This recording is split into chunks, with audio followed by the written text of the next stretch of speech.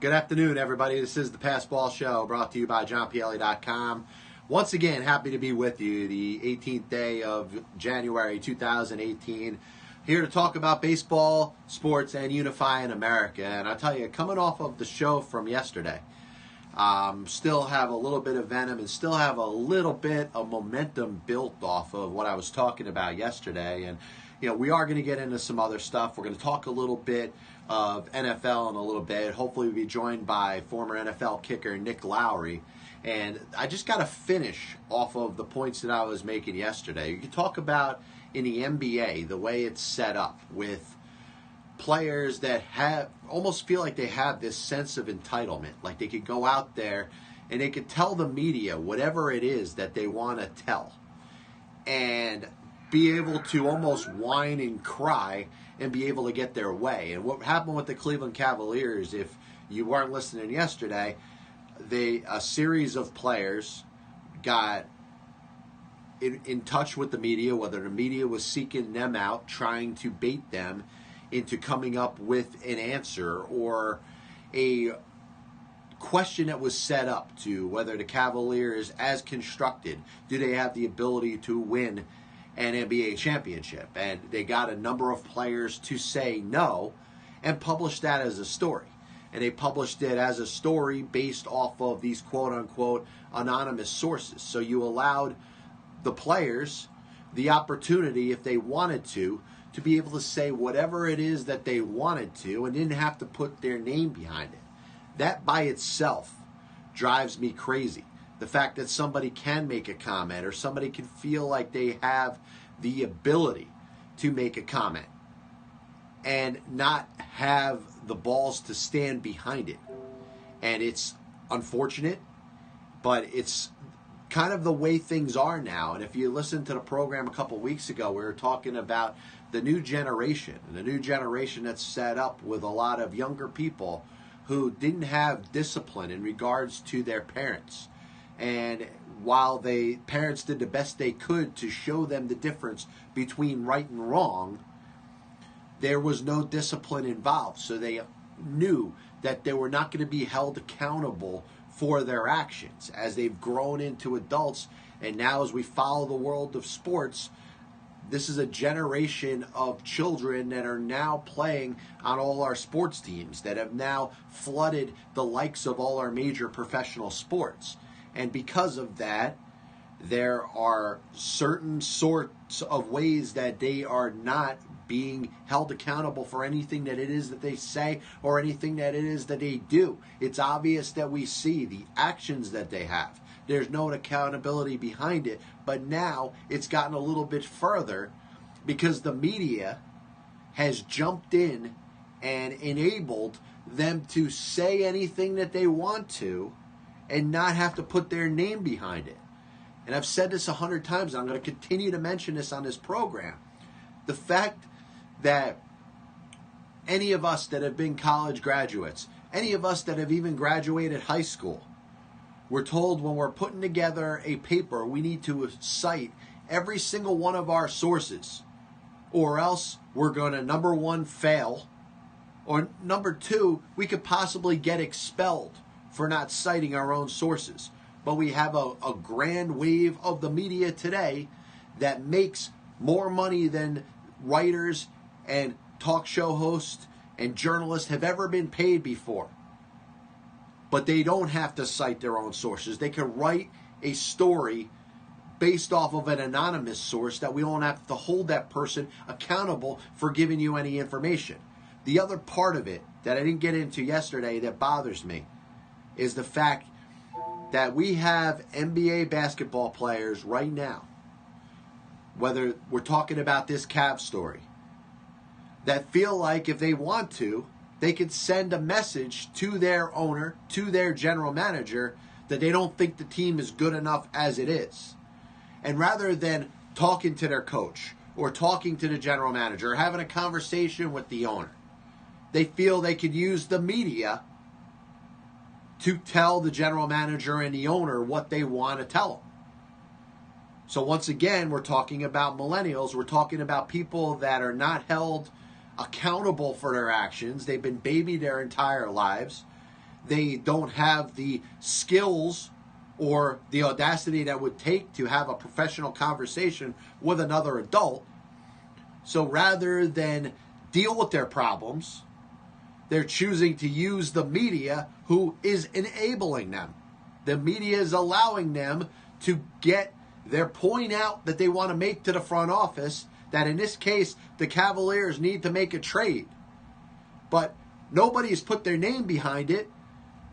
The media has given these players the platform to feel that they can say this, knowing that their names are going to be safe. They're not going to be attached to the story, but the message could still get out there that the general manager needs to make a trade.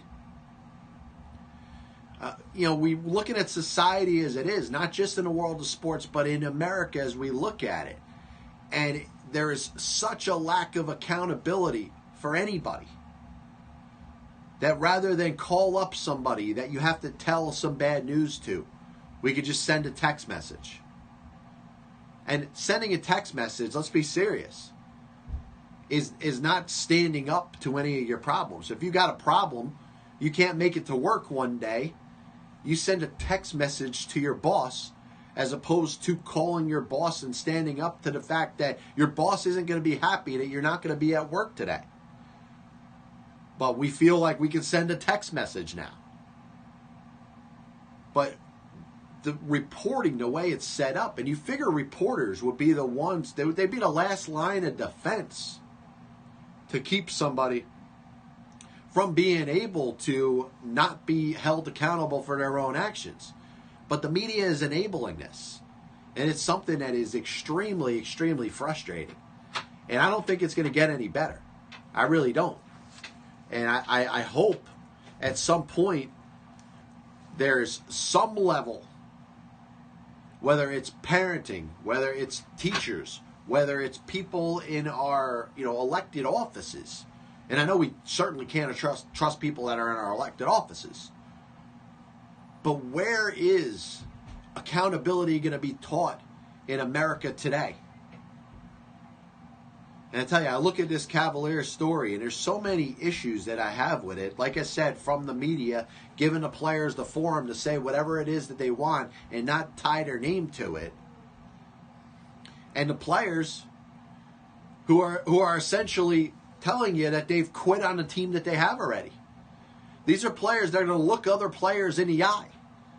And I hope the players that haven't spoken out are able to decipher within their own clubhouse and their own locker rooms the ones that did. And I hope they get treated differently. I hope they get looked out as being the outcast that they are. Because they don't belong playing on a team that's looking to win an NBA championship. They already said they don't believe in their teammates. And I hope that at some point this will grow to a point where these players will be called out and singled out for what it is they've said and done. And I'm sure the players don't even realize the extent of what they have said means to what they think about their own team. If I had a teammate like that didn't think we had a chance to win whatsoever, I wouldn't want to play with that teammate. I wouldn't want that player in the lineup sharing minutes with me. He's already quit. He could care less over what happens over the course of the season. I don't care if it was a message that he was trying to get to the general manager that they need to make a trade. The only trade they need to make is that player needs to go. That's the message you're getting out to the general manager, is that general manager needs to trade you, which in the end is more the reason for you to put your name behind the comments that you made. I've had enough with this topic. But feel free, if you want, comment on the feed, whether it's through Periscope, Facebook Live, on demand on YouTube. You can call the program if you want, 732-364-3598. Staying along this same topic, by taking it to a different sport, the National Football League. Rumors are out there that the New York Giants are set to hire their next head football coach. and he is currently with the Minnesota Vikings, and that's Pat Shurmur. And Mike Holmgren, legendary coach, he's won a Super Bowl, very well respected in the sport, tried to throw a little bit of water on the possibility of Pat Shurmur getting another head coaching job in the NFL, saying that maybe he was too strict or didn't allow for the players around him to enjoy themselves enough. First of all, he was coaching in Cleveland. And if you're coaching the Cleveland Browns, I don't know how you could enjoy yourself. The team is so bad every year. You're given the most limited of resources. The outlooks of your team every single year is bad. I don't know how you could expect somebody to treat it like it's Disney World. Number 2, the New York Giants as a coaching opportunity.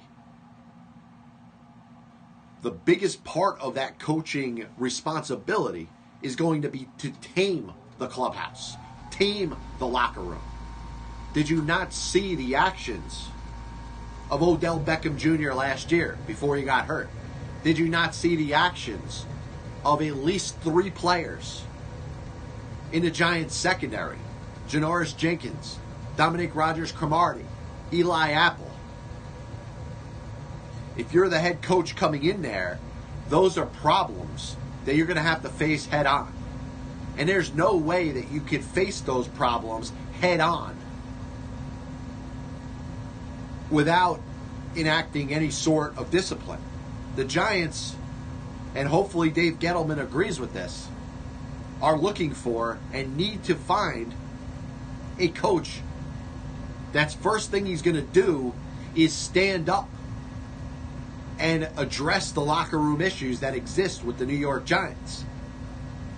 And Pat Shurmur, if he has a history of not being the most smiley-faced, rosy-eyed guy that will ever be an NFL head coach, that could be nothing but a positive for the Giants. I mean, what they need to do is bring back another reincarnation of Tom Coughlin, who went in there like a general, pissed a lot of players off, but those players ended up leaving.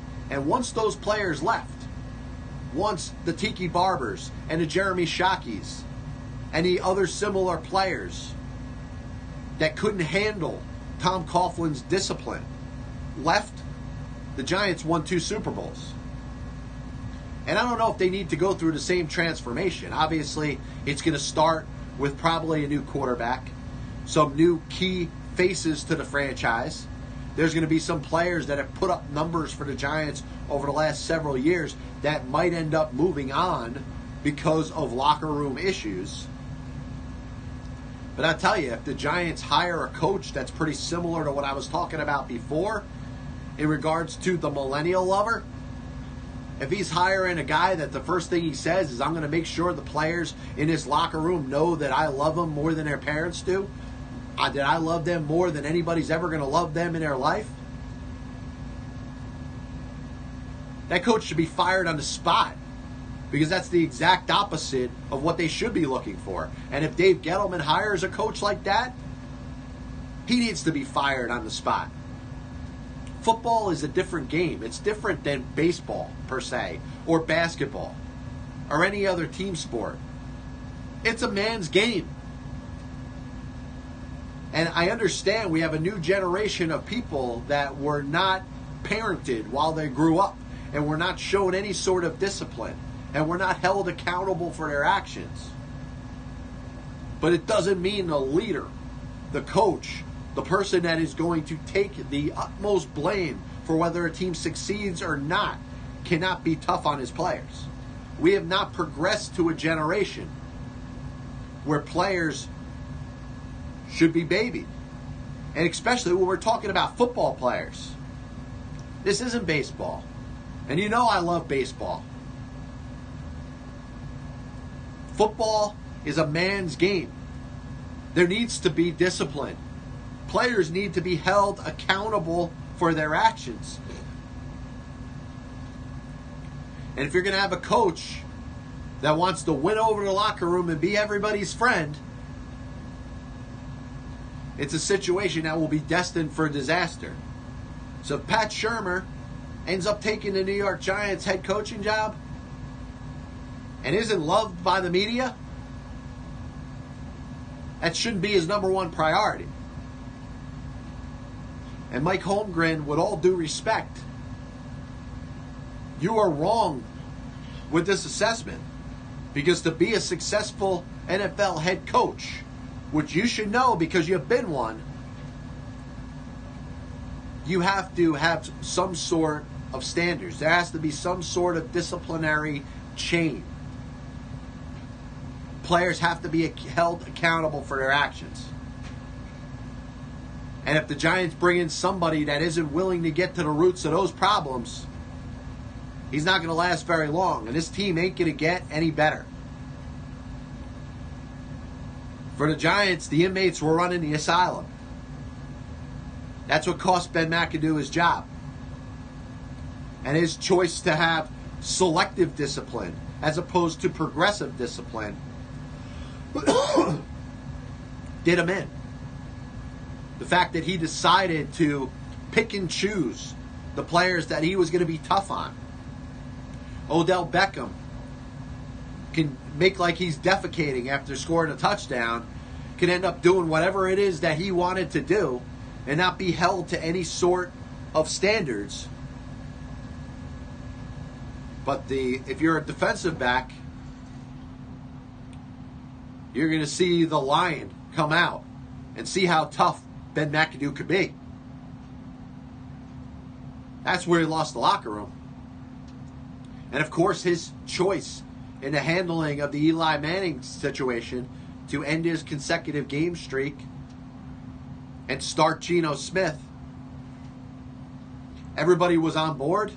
Well, if everybody was on board, coach and general manager wouldn't have lost their job less than a week later. What's my thought on the Giants? Do I think that they are trending in the right direction? They could. They have to ask themselves exactly what it is that they want to do in regards to the draft. Do they want to maybe bring in a veteran or a journeyman quarterback? Do they believe enough in Eli Manning? Do they want to draft one of these top quarterbacks with the number 2 overall pick? They have a chance to do some good things. I mean, having either Sam Darnold or Josh Rosen fall into your lap, it's not a bad thing. Question is, are they going to let Eli Manning go, save the money in regards to salary cap? I know it's going to hit them a little bit initially, but they'll save a considerable amount of money and use that money to address other needs in the team. Maybe a guy like a Josh McCown or Nick Foles. Let's see how Nick Foles does in the NFC Championship game. If he plays well enough and either leads the Eagles to the Super Bowl or loses a close game against the Vikings, maybe he could be a guy to mentor your next quarterback. There's a lot for whoever this next coach is going to be to do. But the most important thing he needs to do is take on that locker room. And I don't know, are there enough men out there that are willing to be an NFL head coach and stand up to this generation's worth of players? Because it obviously isn't happening in the NBA. The one thing that's getting lost in the whole Cleveland Cavaliers situation is how much Tyronn Lue has lost his own clubhouse, his own locker room. How come Tyronn Lue, from the coach of the Cleveland Cavaliers, is not being held to any standard in regards to what his players are saying to the media? If they're sneaking behind, the announcement of their own name to the media, saying that they don't think that this team is good enough to win an NBA title, but they don't have to tie their name to it, that is an indictment on the coach. In the NFL, when you have players that were doing what they were doing, in regards to the secondary of the New York Giants, DRC, Jackrabbit, Eli Apple, for those players quitting in some instances the way that they did, That's an indictment on the coach. And that was shown right out in front of anybody. We all saw how obvious that was, and the result was the coach lost his job. What's going to happen with the Cavaliers? They have to, at some point, I think, address their situation, but the first person I'm going to trade is not going to be who I'm trading for. I'm going to trade that player or those players that are leaking stuff to the media. Those are the players that I want to get off my team, and I don't care how good they are. The best way the Cavaliers can improve their chances of winning an NBA championship is to get rid of those players that are leaking stuff to the media, or at the very least taking the media's bait in regards to giving them answers that they want to hear. First things first, get those players out of here. And you know what? If those players are good enough talent-wise, maybe they can get not only better players that can perform on a court, but better players that aren't going to say the stupid stuff and take the bait of these wacky reporters that, by the way, are doing a half-assed job. When you rely on the majority of your reporting to be based off of anonymous sources, you're not doing your entire job as a reporter. And if you're touching on controversial enough topics, that means that you got to work harder to get somebody to give you some information and stand enough behind their comments that they're willing to put their name behind it. Because you know what? When you put that article together, and rather than say anonymous players on the Cleveland Cavaliers, when you throw names out like Kevin Love and J.R. Smith and Tristan Thompson, and what other ever names that they ended up getting, when you throw the names behind those comments, that is a story that you hit out of the park. That's a story that gets unlimited clicks. As a reporter, you've arrived. But you know what that takes? That takes more work than just saying, hey, can you answer this question? I'll promise to not put your name behind it. Reporters now are getting soft. And is it because we're dealing with the same generation? Same generation of kids that grew up that were not held accountable for their actions and babied and given whatever it is that they wanted?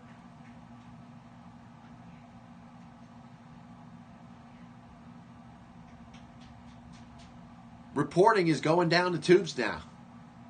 I mean, you can't even trust whether or not you're reading a legitimate story.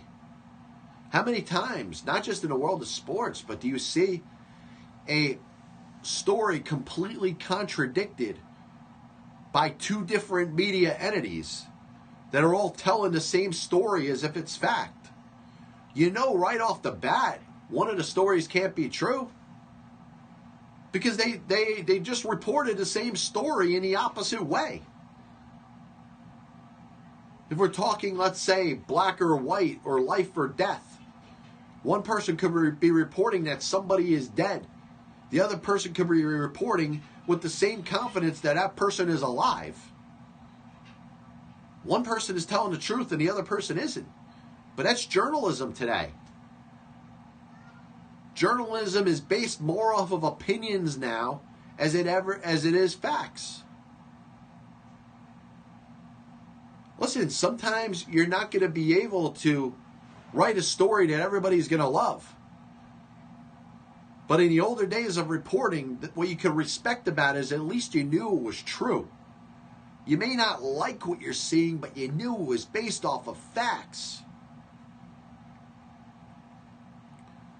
Now somebody gets a job, they go through college, they get a job as a journalist, and it's all of a sudden about what they think about stuff as opposed to reporting facts. And it's frustrating. It's frustrating to be a person that takes pride in reading, in information. If I'm clicking on a story and using it for my show, I got to make sure that there's enough facts in it that I could go with it. You used to be able to go through your news site and say, all right, this is the meat and potatoes of exactly what happened. These are all facts. These are all things that definitely happened. And maybe at the end, maybe in a page down the road of the newspaper you're reading, you'd get opinions. And you'd understand because it would say right on the top of it, opinions. People were well-respected columnists, and their job was to give their opinion about a certain topic. Whether they wanted to talk about sports, whether they wanted to talk about politics, whether they wanted to talk about some sort of current event. They were able to spin their own opinion into it, but you understood that going in, and you said, I could agree with the opinion, or I could disagree with the opinion. But now, we're having the opinion columns, what we used to see in the older days of newspapers. We have the opinion columns right in with the top stories. And the top story is now somebody's opinion of what they think that they saw. Or an action, but their reaction off of what happened without any facts. I'm very disturbed with the direction I've seen our media go. And I don't know if it's the same thing to try to make people, happier. Because there's a lot of bad stuff that's being reported in the news. All you have to do is turn the news on, and your smile gets turned upside down because of everything that gets reported. All the fears, the worries that people have. Anything can happen. And there's so much hate out there. Everything is based off of hate and anger and frustration. And it's being directed in all types of different directions.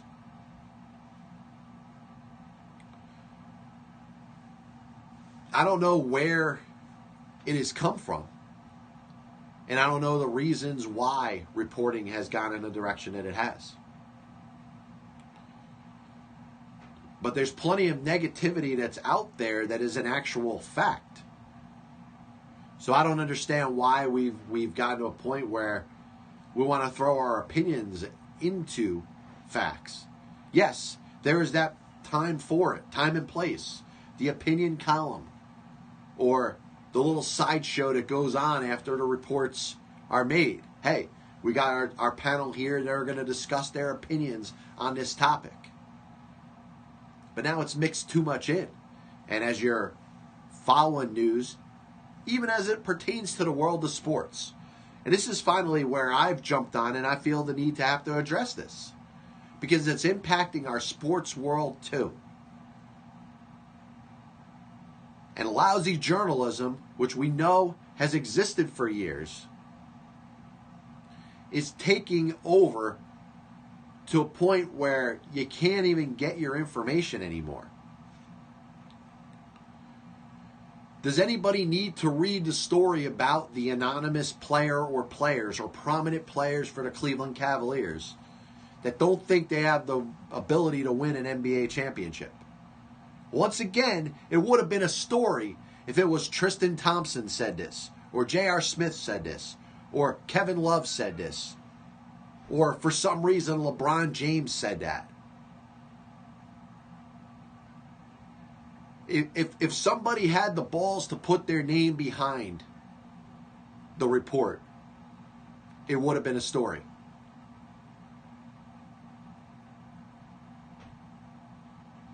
And it could have gone in a better direction. Yeah, I will touch on a little bit baseball going on later on in the program. I do want to talk a little bit about the possibility of our offensive free agents finding themselves a home at some point. A couple days ago, we talked about the top free agent pitchers that are out there.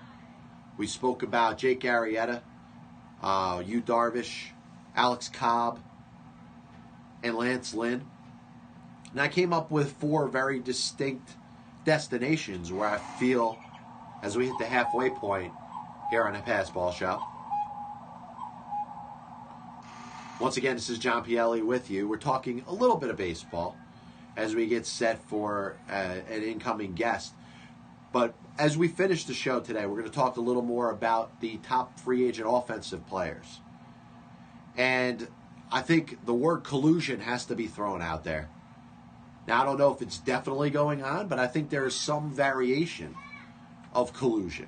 Now, the collusion in baseball really starts from the overemphasis on analytics and sabermetrics.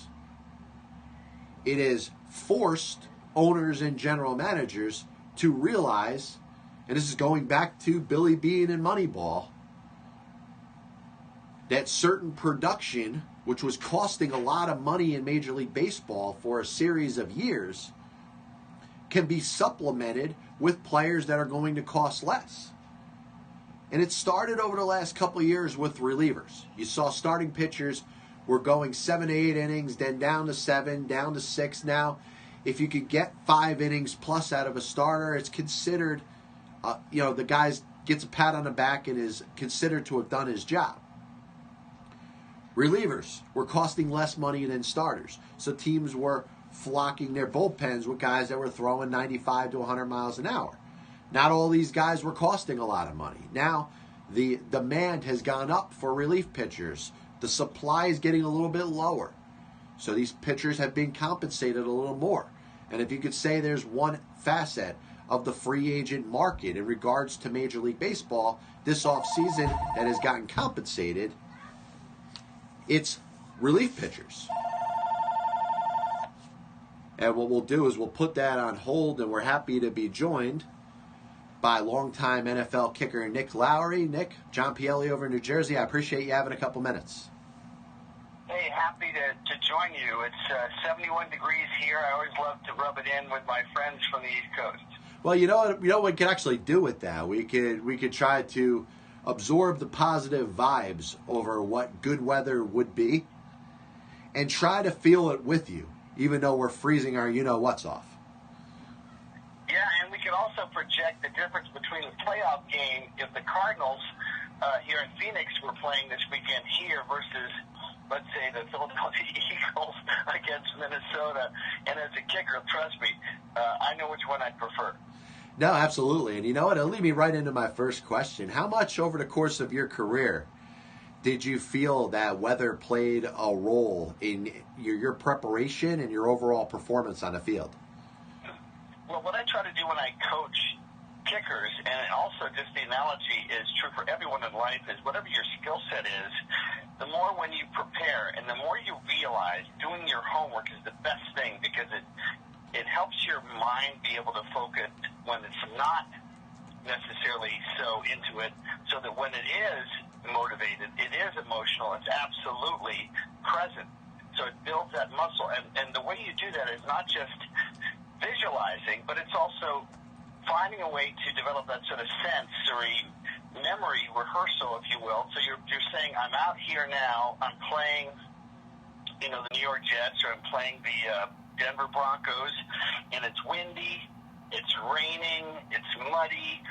I hear the fans, and then their wonderful, sweet soliloquies, of course, calling out to me. I feel the wind. I feel the weather itself. You build in that sense of rehearsal, and in your cellular memory, it makes it just that much more of an edge. And who doesn't realize now?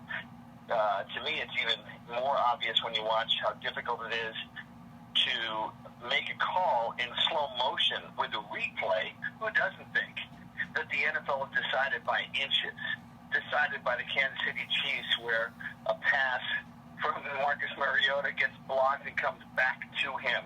It gets decided when Minnesota is throwing the last-ditch pass of the game, and the safety decides that he's run too far and he ducks his head rather than not, and that simple split-second decision changes the complete outcome of the game and the playoffs and who might be there in the Super Bowl. So every single little thing gives you that edge, and competition being what it is, one of the reasons why the NFL is so popular, despite what people might say. It's still 3 times more popular than baseball or basketball, and it's because it's so darn competitive. No, absolutely. We're joined by former NFL kicker Nick Lowery. Now, when you first played, were there any dome stadiums at that point? I played 78, and Houston was a dome stadium. Okay. I know New Orleans was built somewhere in that area of that time slot. Detroit, but there weren't too many. And Indianapolis then came along, and Atlanta came along. But in my career percentages, like anybody else's, was that much better. I never quite understood why, after kicking 4 field goals, 3 of which were 50 yards or better, in the opening game of the 85 season, actually it was 48, 52, and 52, and a 36-yarder in the first 19, 20 minutes of the game, of the opening game in New Orleans in 1985, why I never got to play in New Orleans again. It would have been a lot easier to kick there. And those players that do, it's just like anything. If you miss a big kick and you don't know if it was the wind or you can question yourself. A golfer has to deal with that. So a lot of what you do as a kicker is the mental side and making sure that you've done everything to prepare yourself and just focus on what you can control. That's the challenge. Now, I tell you, you touched on something that certainly has a lot to do with it. The mental preparation and the fact that what you're doing is such a game of inches by itself. The slightest change or something that comes out of the ordinary to what you're used to doing can impact your ability to kick the ball, whether it's length or accuracy or shooting for two uprights. And if you're just off a little bit, talk a little bit about how much that means to every single kick. Well, once again, you prepare for everything you can control. So if you can somehow get to that place where you've done the best you can, then also admit to yourself that no matter how perfect your preparation is, you're still going to miss some. Yeah, of course. And that's called being human. And I'll never forget Coach Townsend, who was defensive line coach at Dartmouth College. He was an African-American coach up there in almost lily white Hanover, New Hampshire. We had a guy named Reggie Williams who went on to play 13 years, an incredible player with the Cincinnati Bengals. But, he really was very helpful to me before my junior year because he said, Nick, I want you to know something. There's the funniest counterintuitive advice he ever gave me. He said, I know you're going to miss. I know you're going to miss. He said, but don't worry about it. You just do the best you can, and no matter how good you are, you're eventually going to miss. Don't worry about that. We all know you're darn good. We're lucky to have you. So what irony from that is that year I actually was one of the first kickers ever to not miss. I made all 28 extra points and all my field goals. And, I think if you give yourself permission to just be the best you can be and know that no matter what you do, sometimes you'll miss, you can actually be better because you're not holding back. That's, I think, what happens with people. They try to hold back a little bit to be a little bit more precise, a little bit more careful. And the part of their brain that reacts with absolute nanosecond efficiency, it's, the part that's connected to that really elusive notion of flow, that part is not conscious. It's not self-conscious. So you have to just let it go and do it. A good pitcher, skinny guy that can hit 130-mile-an-hour serve, those are things where you have to trust that incredible innate flow and sequence of muscles for each motion, whether it's hitting a golf ball or a baseball or shooting a basketball. I mean, what has Stefan done that he can hit a 30-foot three-point shot with an accuracy no one ever thought of could be done? And yet he can over and over. Why is that? And that's somehow that he's been able to practice, so he's in that flow where he doesn't worry too much about it. He listens to that kinesthetic rehearsal that he's done. Whatever he's done, he's managed to build into his natural practicing so that he maximizes that cellular memory. Maybe I'm getting too deep here, but I think there's some levels of achievement we can get to, but we have to look at practice and homework as just as important. And once again, John Pielli joined by former NFL kicker Nick Lowery from 1978 to 1996 with the Patriots, Chiefs, and Jets. I tell you, the mental aspect that you're talking about, you see a lot of kickers nowadays, and I'm sure it happened in the days that you were playing as well, can be so accurate for a while and at some point miss one kick. And like you said, every kicker is going to miss one, and that was something that I'm sure was important for you, when you heard that for the first time. But, how would you explain somebody that does, from a mental standpoint, allow a previous miss to impact them going forward? Well, that is part of human nature. In other words, my friend Tony Robbins, who definitely helped me when I used his tapes back in 1990, went on to lead the NFL in scoring and kicked 24 straight field goals in 90, 21 straight in 91, 22 for 24 in 92, and, Pro Bowls. And, he is very clear about what's called neuroassociative programming, which is, one of the basics of how we guide ourselves into a more positive state is to realize that we got here, even as a baby to some degree, because of the reference we had to something that felt intense. And we looked around and we noticed what happened when that intense emotion happened. And hopefully most of the time, and with repetition, the right association to what really caused it took place.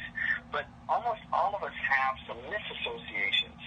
And, of course, what is more intense than a missed field goal? It's the worst feeling in the world. It's certainly a great motivation to not have that feeling again.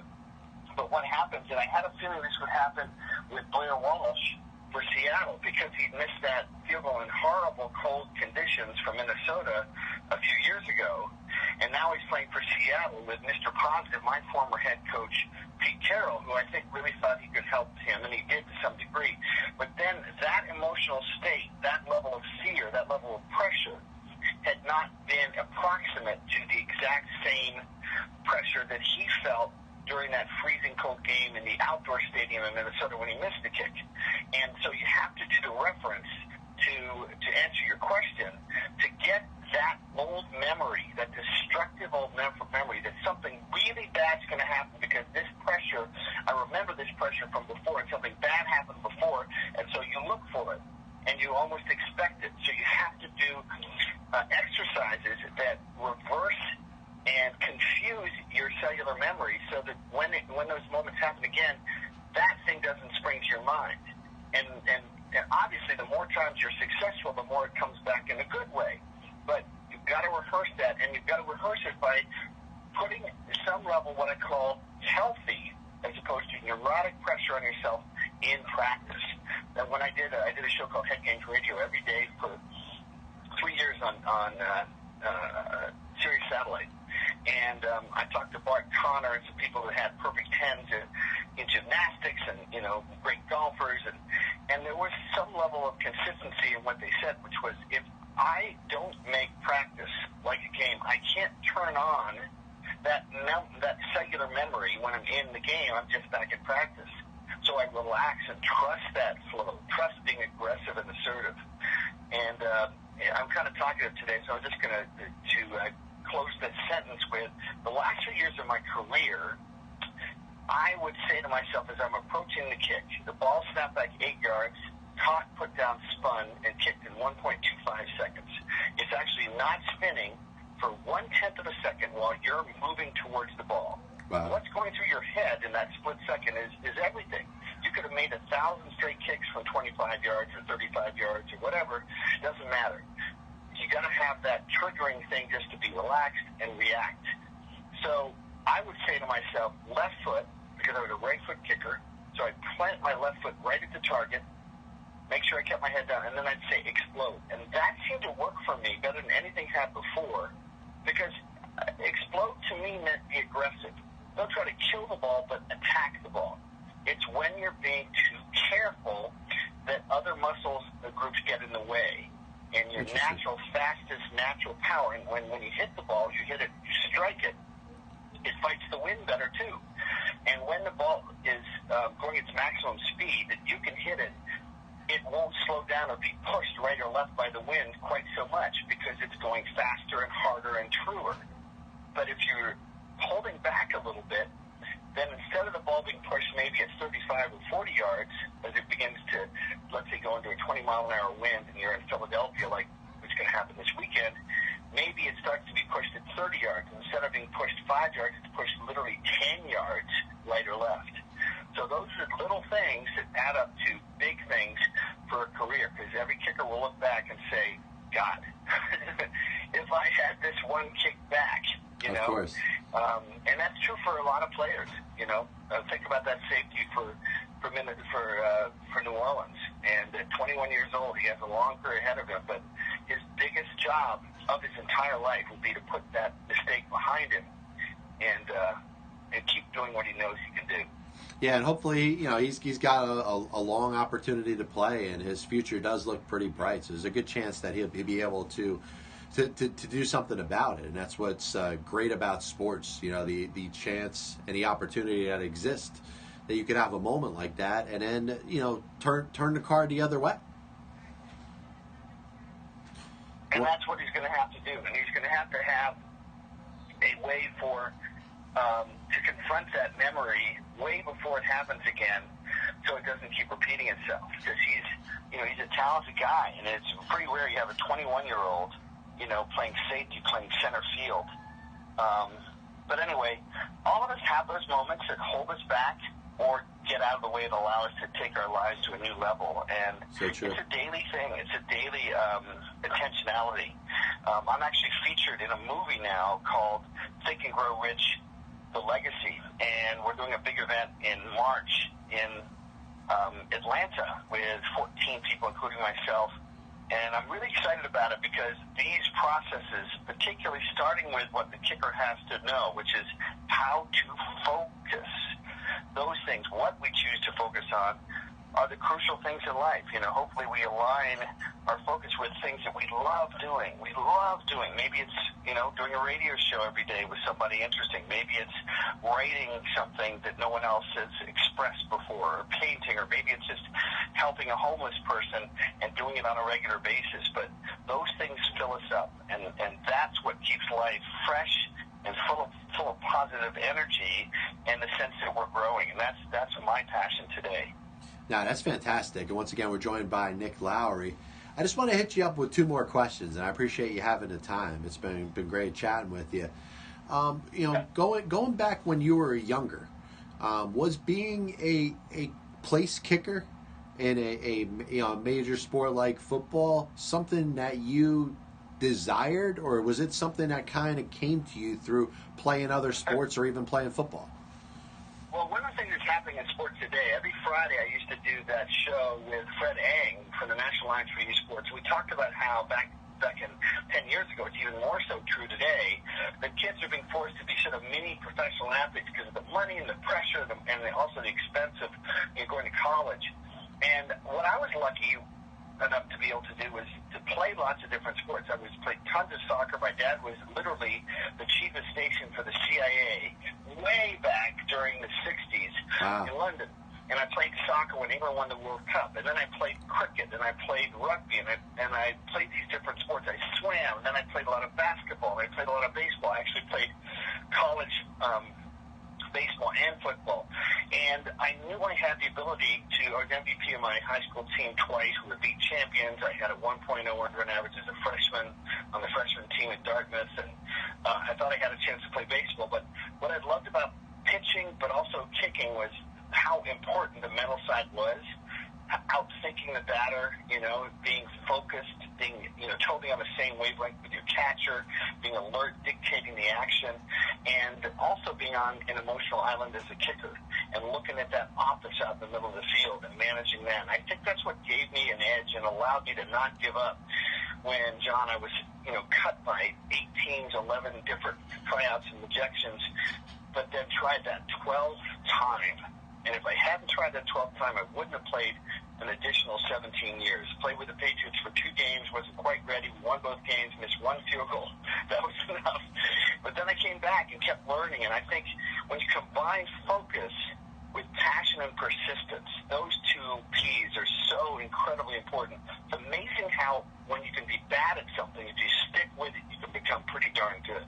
It's true for a lot of the great actors out there. Clint Eastwood, who I think was in Hollywood for like 17 years, finally gets discovered. And I think most people would say he's done a pretty good job with what he's done. And persistence with everything we do allows us to, it's that theory of 10,000 hours, to love the craftsmanship. So anyway, I love the work I do today because I found a new passion, which is helping people find their purpose. And for me, it's whether it's working with the homeless or the Native youth or anti-bullying programs, or in particular reducing concussions right now in football and sports. All those things are meaningful. They stir my passion, and I know they make a difference. So it's very fulfilling. Absolutely, man. And last question I got to ask you, Nick. The NFL over the last couple of years moved back the extra point. How do you feel about that, and how would you have reacted if they did that while you were still playing? Well, you know what? Actually, Boomer Esiason talked about it briefly on Inside the NFL, because we were teammates for 2 years, and he took good care of me. If he's listening, thanks, Boomer. And when I was there with the Jets, even though we had some ups and downs there, but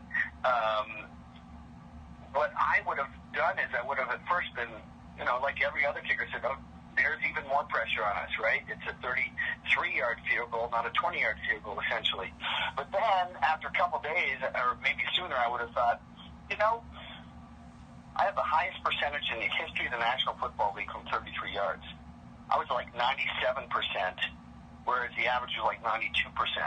So then, if you do the arithmetic, 5% is, I would miss 1 out of 20 less. So, every season there'd be one extra point I would not miss that the other team might miss. So I'd give my team an edge.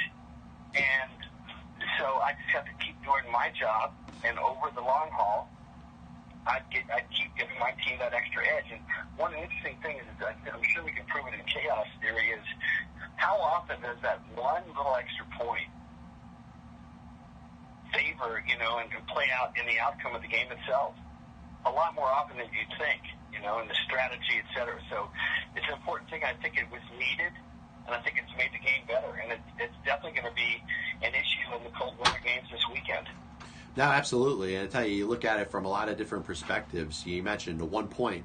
That could be a difference. I mean, for years upon years, when the extra point became almost a formality, now it's something that a team has to earn, and it's not just the kicker; it's the entire team that's involved in putting that together. The blocking, the snap, the hold, and the fact that it is a little bit more distance, so it does add to the excitement of the game. Absolutely.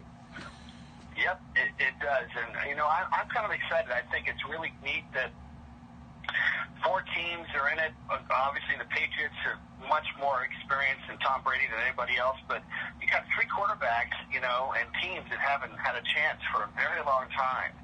And I think it's awesome. And I'm just going to go out on a limb and say I think Jacksonville has a real shot of beating New England.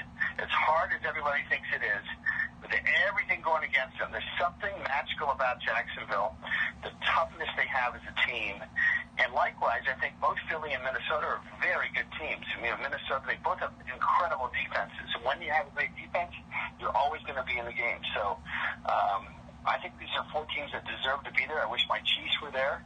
Frankly, if our defense had played a little better, and if we had been a little bit more aggressive in our play calling in the second half, when we were up 21-3 going into the second half, maybe we'd still be there. But in the end, the NFL is still an awesome sport. And I'm really excited to see what's going to happen this weekend. Hey, Nick, before I let you go, anything that you're looking to promote in regards to what you're doing now? Do you like to get the word out about? Absolutely. So Catalyze Sciences is doing the research. It has the only license for the research of the patent by Nobel Prize winner Dr. Julius Axelrod to use CBDs, which are derived from hemp, from cannabis, not marijuana. And those are legal in all 50 states per the Ninth Circuit decision in 2003, contrary to a lot of disinformation out there. And those things are severely successful in helping what's called neuroplasticity and even neurogenesis, according to Stanford University, UCLA Torrance, the Salk Institute, Dr. David Schubert, a lot of evidence that we can make the cells in the brain more That means they are more resilient to impact, and we can actually even perhaps regenerate cellular tissue in the brain, which will impact, as Stanford says, both Alzheimer's and dementia. Wow. And if you look at what's happened with Alzheimer's dementia, the explosion of it in the last 50, 60, 70 years, it's a pretty important thing on top of what we know about concussions now. Wow, I tell you, I mean, that has a chance to really make a difference, and that's outstanding work, and, hopefully, we continue to make the right strides to get where we need to get to with that. Nick, I really appreciate you having the time. It was great getting a chance to chat with you. You bet, John. Hopefully we can do it again soon. Sounds good. All right, that was Nick Lowery, former NFL kicker, and I tell you, he's working on some, some really important things. So you just look up, Nick Lowery and what he's doing, and you can find, there's, through, cannabis. The fact that there's a possibility that could help cure Alzheimer's or, release some of the symptoms that we have that people have to deal with in regards to dementia. It's outstanding. And, great job by Nick joining. And not only that, he gave you a little insight on the upcoming playoff games, which we're going to get into tomorrow on the Pass Ball Show, brought to you by JohnPielli.com. We'll do tomorrow football previews. Pielli's picks will be back, AFC and NFC championship version.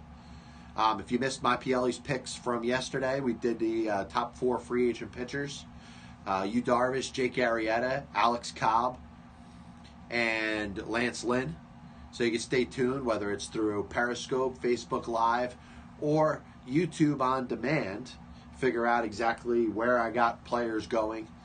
And we'll talk a little bit about Pielli's picks and where we stand for the year and the history of the Pass Ball Show. Be back with you tomorrow. Tomorrow we're not going to be on until 8 o'clock, so we're going to try Friday night, 8 to 9. So lots of stuff we're going to get into there. Like I said, Pielli's picks. Get you set for the weekend of the National Football League playoff games. NBA basketball going on. Maybe I'll rant a little more about the Cavaliers players that decide to say whatever it is that they want, but know that they got the freedom of their names being held without it. In the NFL, do we need a head coach that's going to enact a little more discipline than we've seen in a generation of players that feel that they should be held to no accountability? They're not responsible for their own actions. Ton of stuff to get into tomorrow. So we'll be back with you, like I said, 8 o'clock tomorrow evening, 8 to 9. God bless you.